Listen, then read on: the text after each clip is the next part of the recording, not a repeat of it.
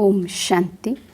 18 मार्च 2023 बाबा के आज के महावाक्य हैं।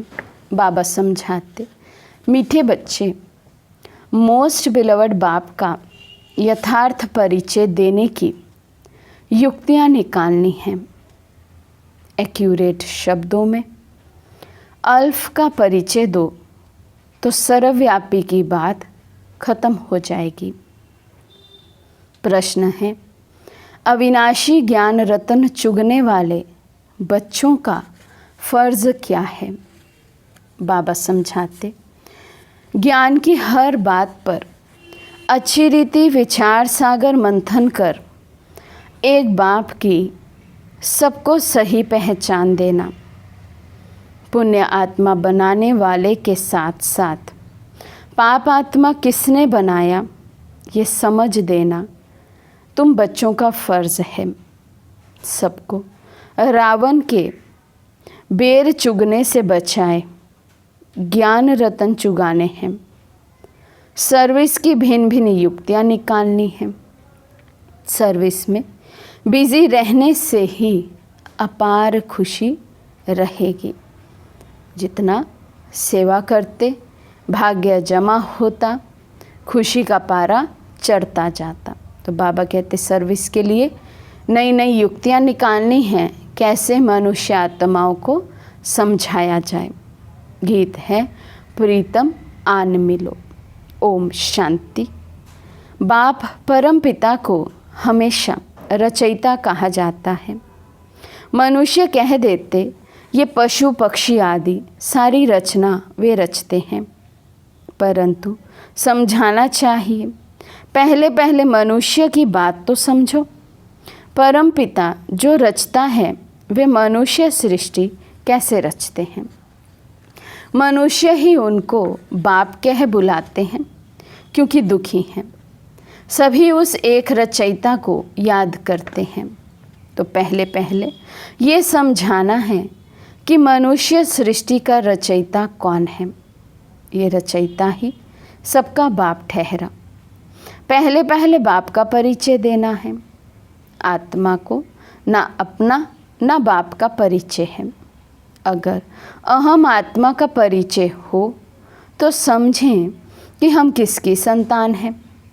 हम परमपिता परमात्मा की संतान हैं। वे बाप रचयिता है तो ज़रूर पहले पहले मनुष्य सृष्टि रचते होंगे। वे नई दुनिया अथवा स्वर्ग होगी। बाप ज़रूर स्वर्ग ही रचेंगे।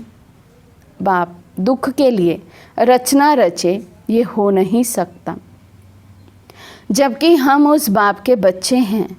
जो बाप स्वर्ग रचता है तो हम भी वहाँ होने चाहिए या परम धाम में होने चाहिए, परंतु हमको यहाँ पाठ बजाने आना पड़ता है। ये है विचार सागर मंथन करने की युक्तियाँ। जितना समय मिले तो यही विचार सागर मंथन करना है। साधु संत आदि कोई भी यथार्थ रीति बाप को जानते नहीं हैं। रचयिता ज़रूर स्वर्ग ही रचेंगे तो फिर सब आत्माएं निर्वाण धाम में होनी चाहिए। वे निर्वाण धाम है हम सब आत्माओं का घर, जहाँ बाप भी रहते हैं। तुम बच्चों को बेहद के बाप से बुद्धि योग जोड़ने लिए मेहनत करनी पड़ती है। योग ना होने कारण ही फिर मनुष्य से पाप होते हैं या धारणा नहीं हो सकती है। बाप को याद नहीं करते। भगवान तो एक ही है, वे है मोस्ट बिलव्ड स्वर्ग का रचयिता। वहाँ बहुत सुख है। यहाँ दुख होने के कारण ही भगवान को याद करते हैं। बाप बच्चों को सुख के लिए ही जन्म देते हैं। सतयुग त्रेता को कहाँ ही जाता है सुख धाम। अभी है कलयुग, इनके बाद फिर सतयुग आना है, तो ज़रूर बाप को भी आना चाहिए। ऐसे ऐसे विचार सागर मंथन कर फिर कोई को बैठ समझाना चाहिए। यहाँ तुमको बाप का परिचय मिलता है बाप द्वारा। मनुष्य उस मोस्ट बिलवड बाप को जानते नहीं। बाप को जानते ही नहीं तो अपने को उसके बच्चे भी समझते नहीं। हमने बाप को जाना है तो उनको याद करते हैं। वे बेहद का बाप है, सभी आत्माओं का। वे निराकार इस साकार प्रजापिता द्वारा रचना रचते हैं। प्रजापिता ब्रह्मा है, ब्राह्मण ब्राह्मणियाँ भी हैं। ज़रूर प्रजापिता ब्रह्मा का बाप परम पिता ही होगा, जिसको क्रिएटर कहा जाता है। कोई भी आते हैं तो पहले पहले बाप का परिचय देना है। जब अल्फ याद पड़े तब फिर आगे समझ सकें। अल्फ बिगर कुछ भी समझ नहीं सकेंगे। वे भी समझाना ऐसे है जो मनुष्य समझें। इन्हों की समझानी तो बड़ी एक्यूरेट दिखाई पड़ती है। ऐसे और तो कोई नहीं समझाएंगे कि वे बेहद का बाप स्वर्ग का रचयिता है। ज़रूर नर्क का भी रचयिता कोई होगा। पावन बनाने वाला एक बाप है तो ज़रूर पतित बनाने वाला भी कोई एक होगा। ये अच्छी रीति समझाना है। बाप कौन है जिसको हम याद करते हैं। रावण को तो याद नहीं करेंगे। मनुष्य तो न पावन बनाने वाले राम परमात्मा को जानते, न पतित बनाने वाले रावण को जानते। बिल्कुल ही अनजान है। फॉर्म भराने समय भी पहले बाप का परिचय देना है। तुम्हारी आत्मा का बाप कौन है? ये प्रश्न और कोई पूछ ना सके। आत्मा तो हर एक मनुष्य में है। जीवात्मा, पापात्मा, पुण्य आत्मा कहा जाता है ना।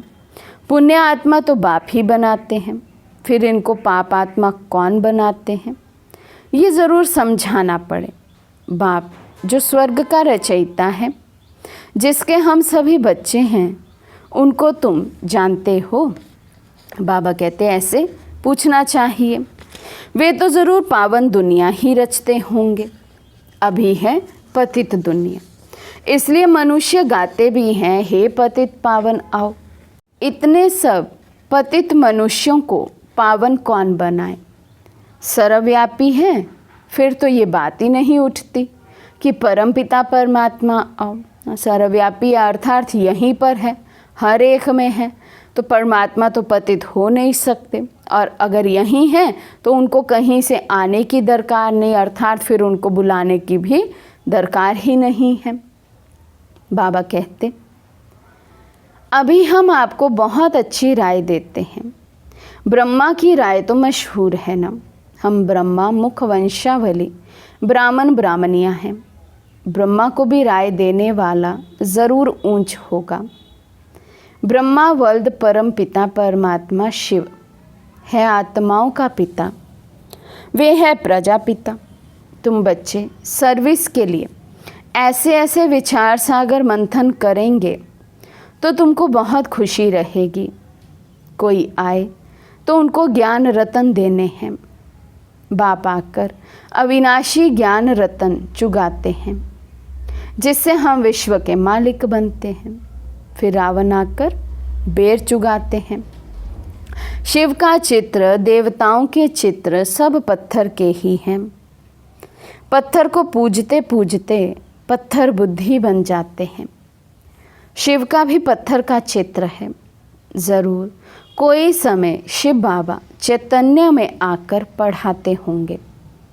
प्रजापिता ब्रह्मा भी होगा, ब्रह्मा कुमारी सरस्वती भी होगी। अब प्रैक्टिकल में है।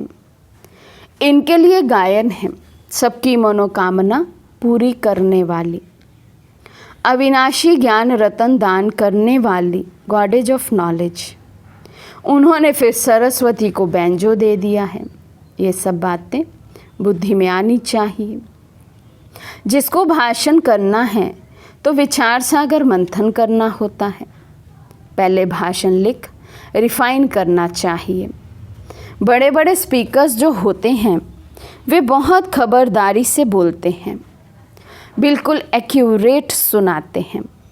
ज़रा भी हिचकिचा तो आबरू चली जाएगी। पहले से ही पूरी प्रैक्टिस करनी है। यहाँ भी इतना बुद्धि में रहना चाहिए जो किसी को बाप का परिचय दे सको। सर्विस करनी है। विकारी गुरुओं की जंजीरों में बहुत फंसे हुए हैं। वे कोई की सद्गति तो कर नहीं सकते। पतित पावन निराकार भगवान को ही कहा जाता है। सर्वव्यापी के ज्ञान से तो कोई की सद्गति हुई नहीं है। पतित पावन है एक शिव बाबा, उनको रुद्र भी कहा जाता है। रुद्र यज्ञ भी मशहूर है। इतना बड़ा यज्ञ और कोई रच ना सके। रुद्र ज्ञान यज्ञ कितने वर्ष चलता है। ज्ञान सुनाते ही रहते हैं। यज्ञ जब रचते हैं तो उसमें शास्त्र भी रखते हैं। रामायण भागवत आदि की कथा सुनाते हैं। उसको रुद्र यज्ञ कहते हैं। वास्तव में रुद्र यज्ञ है ये यज्ञ तो बहुत समय चलता है। उन्हों का तो करके मास भर यज्ञ चलेगा। ये तो देखो कितना समय चलता है।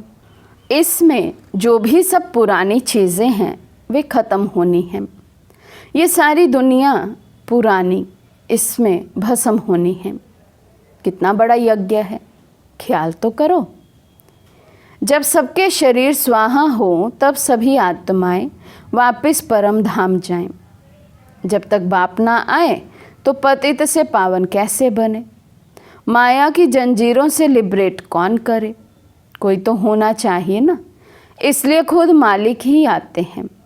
ऐसे नहीं सर्वव्यापी हो बैठकर ज्ञान देते हैं, वे तो आते हैं। हम उनके संतान पोतरे हैं। वास्तव में हो तुम भी। अब वे बाप आया हुआ है, अपना परिचय दे रहे हैं। स्वर्ग की स्थापना हो रही है। हम हैं राजयोग ऋषि, वे हैं हठ योग ऋषि। इस पर शायद एक कहानी भी सुनाते हैं कि फलाने ऋषि का वजन भारी है या राज ऋषि का वजन भारी है। वे है सब भक्ति मार्ग की बातें और ये है ज्ञान मार्ग। भक्ति और ज्ञान के तराजू की कुछ कथा है। एक तरफ है सब भक्ति के शास्त्र, दूसरे तरफ है एक ज्ञान की गीता। दो भारी एक गीता हो जाती है। गीता है राज ऋषियों की, हठ योगियों के तो बहुत शास्त्र हैं। एक तरफ वे सब डालो, दूसरे तरफ गीता डालो। वास्तव में वे भी कोई हमारी है नहीं। हमारी तो है ही ज्ञान की बात। गीता का भगवान आता ही है सद्गति करने के लिए। तो बच्चों की बुद्धि में ये सब रहना चाहिए। फिर कोई समझे ना समझे, अपना फ़र्ज़ है हर एक को समझाना। मौत के समय सबकी आंखें खुलेंगी।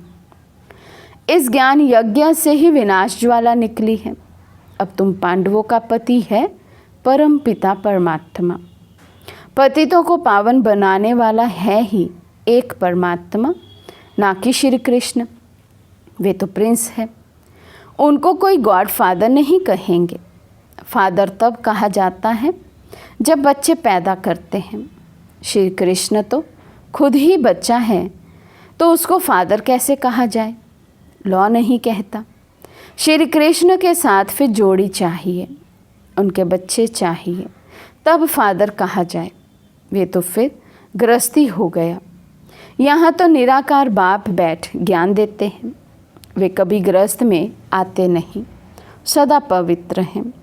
श्री कृष्ण तो माता के गर्भ से जन्म लेते हैं, तो उनको पतित पावन कैसे कहेंगे। अभी तुम बच्चे जानते हो परमपिता परमात्मा को प्रजापिता ब्रह्मा के तन में ही आना है। प्रजापिता तो ज़रूर यहाँ ही होना चाहिए ना। इसलिए उनका नाम ब्रह्मा रख कहते हैं मैं इस साधारण तन में प्रवेश करता हूँ। ये 84 जन्म भोग अभी अंतिम जन्म में है और वानप्रस्थ में पूरा अनुभवी रथ है। अर्जुन के लिए भी कहते हैं ना, बहुत गुरु किए थे, शास्त्र आदि पढ़े थे, तो समझाना भी ऐसे चाहिए। प्रजापिता ब्रह्मा का नाम कभी सुना है? ब्रह्मा है तो ज़रूर पहले ब्राह्मण चाहिए। वर्ण भी मुख्य है। चक्र में भी वर्ण दिखाते हैं। ब्राह्मण कुल है सबसे छोटा। उन्हों के ज्ञान लेने का समय भी थोड़ा है। कितने थोड़े ब्राह्मण हैं। फिर उनसे जास्ती देवताएं, उनसे जास्ती क्षत्रिय, उनसे जास्ती वैश्य, शूद्र। तो तुम ब्राह्मण कितने थोड़े हो। इन थोड़ों में भी वे बहुत थोड़े हैं जिनको सदैव खुशी का पारा चढ़ा रहता है। बाप ने समझाया है, खुशी का पारा चढ़ेगा अमृत वेले। दिन और रात को वायुमंडल बहुत गंदा रहता है। इस समय याद मुश्किल रहती है। अमृत वेले का समय गाया हुआ है। उसी समय सभी आत्माएं थक कर शरीर से डिटैच होकर सो जाती हैं। वे है शुभ मुहूर्त।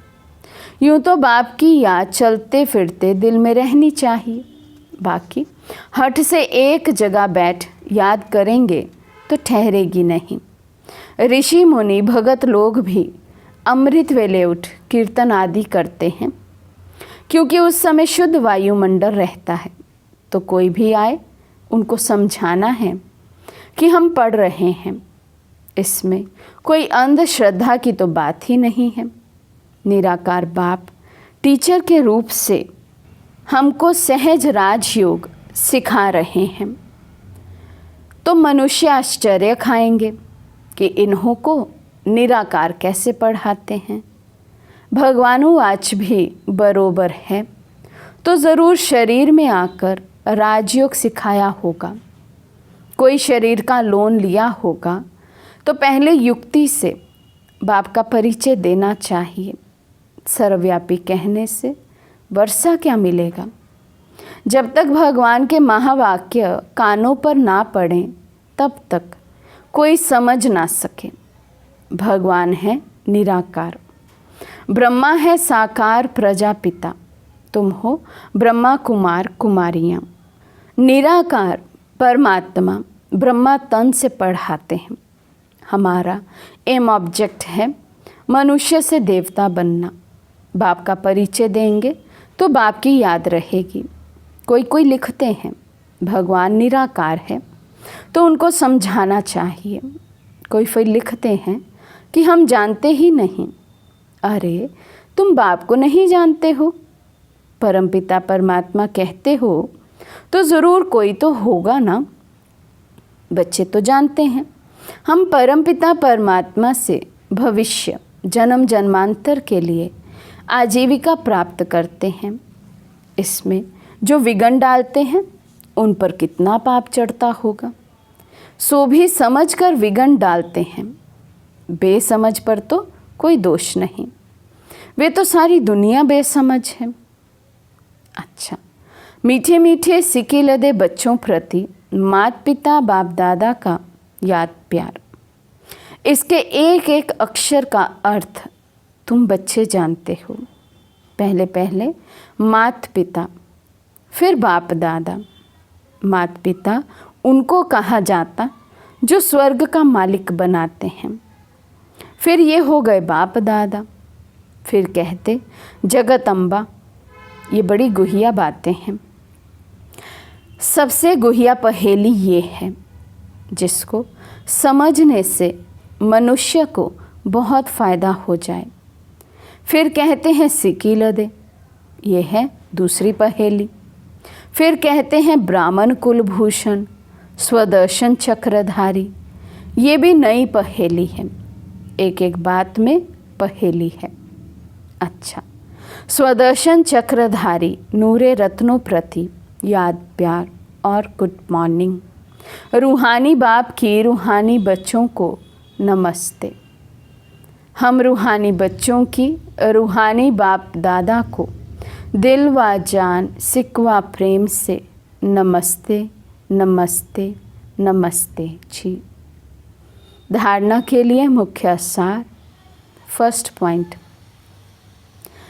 अमृत वेले के शुभ मुहूर्त में बाप को बहुत प्यार से याद कर खुशी का पारा चढ़ाना है।